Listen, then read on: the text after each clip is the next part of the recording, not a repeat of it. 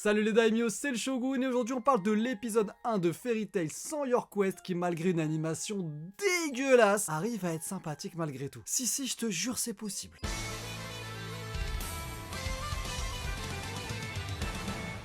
L'épisode commence avec une vision du passé, la création de la toute première guilde de mages. La scène est très courte et nous fait comprendre que nous allons parler d'événements du passé, d'événements qui ont posé les bases du monde de Fairy Tail. Ça donne envie direct, vraiment rien à dire. On enchaîne directement dans le présent avec un gros moment de nostalgie. 3 nouveaux membres arrivent à Fairy Tail. On est dans un espèce de reboot de la fin du premier épisode de Fairy Tail quand Lucy arrive dans la guilde. Et c'est bien évidemment l'occasion de nous balancer de l'humour à l'AFT. Ça fonctionne parce que c'est le début et que ça fait très longtemps que Fairy Tail est terminé en animé. Donc ça fait un moment qu'on n'a pas eu ce genre d'ambiance et franchement ça fait plaisir. Parce que là où en temps normal j'aurais trouvé ça relou et redondant, ben là ça marche. Ça fonctionne parce que ça tape en plein dans la nostalgie et ça le fait très bien. Avec cette scène, on en profite pour nous remontrer les valeurs de la guilde, qui bien qu'étant la guilde la plus puissante se démarque principalement par sa fraternité. Fairy Tail est une famille, un refuge et pas le lieu des ambitions personnelles. Et c'est Luxus himself qui va nous le montrer.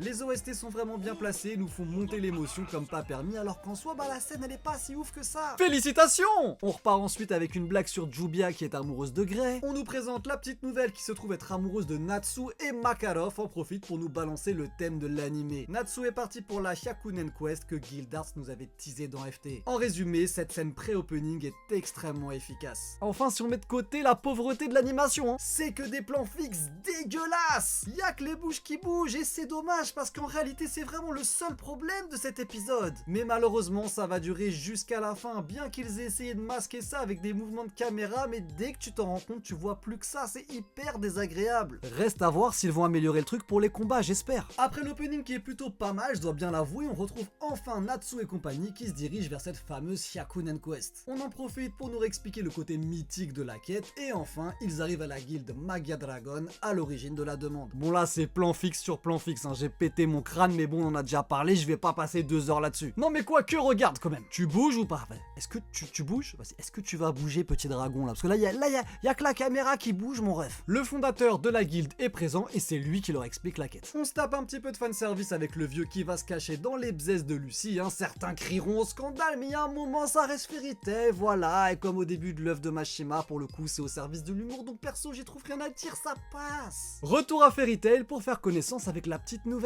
Et grâce à Gajeel, on se met à se méfier d'elle, on découvre qu'elle est suspecte parce qu'elle connaît le nom du mage Braya. Et c'est grâce à ce genre de petits détails que je trouve que finalement cet animé est plutôt bien fait et très intéressant malgré ses problèmes d'animation. On découvre grâce au maître de la guilde de Magia Dragon que le but de la mission est de vaincre 5 dragons du niveau d'Acnologia. Alors on peut légitimement se demander comment c'est possible que 5 dragons aussi puissants n'aient jamais été découverts. Mais c'est même très chelou. Mais bon, si ça se trouve, il y aurait une explication plausible, crédible plus tard, donc je vais pas trop vanner ce truc là, on leur laisse une chance quoi. Bref, cet épisode réussit quand même le tour de force en seulement 20 minutes de nous redonner envie de replonger dans l'univers de Fairy Tail. Et ça c'est balèze. Pour résumer, on se prend une petite faciale de nostalgie.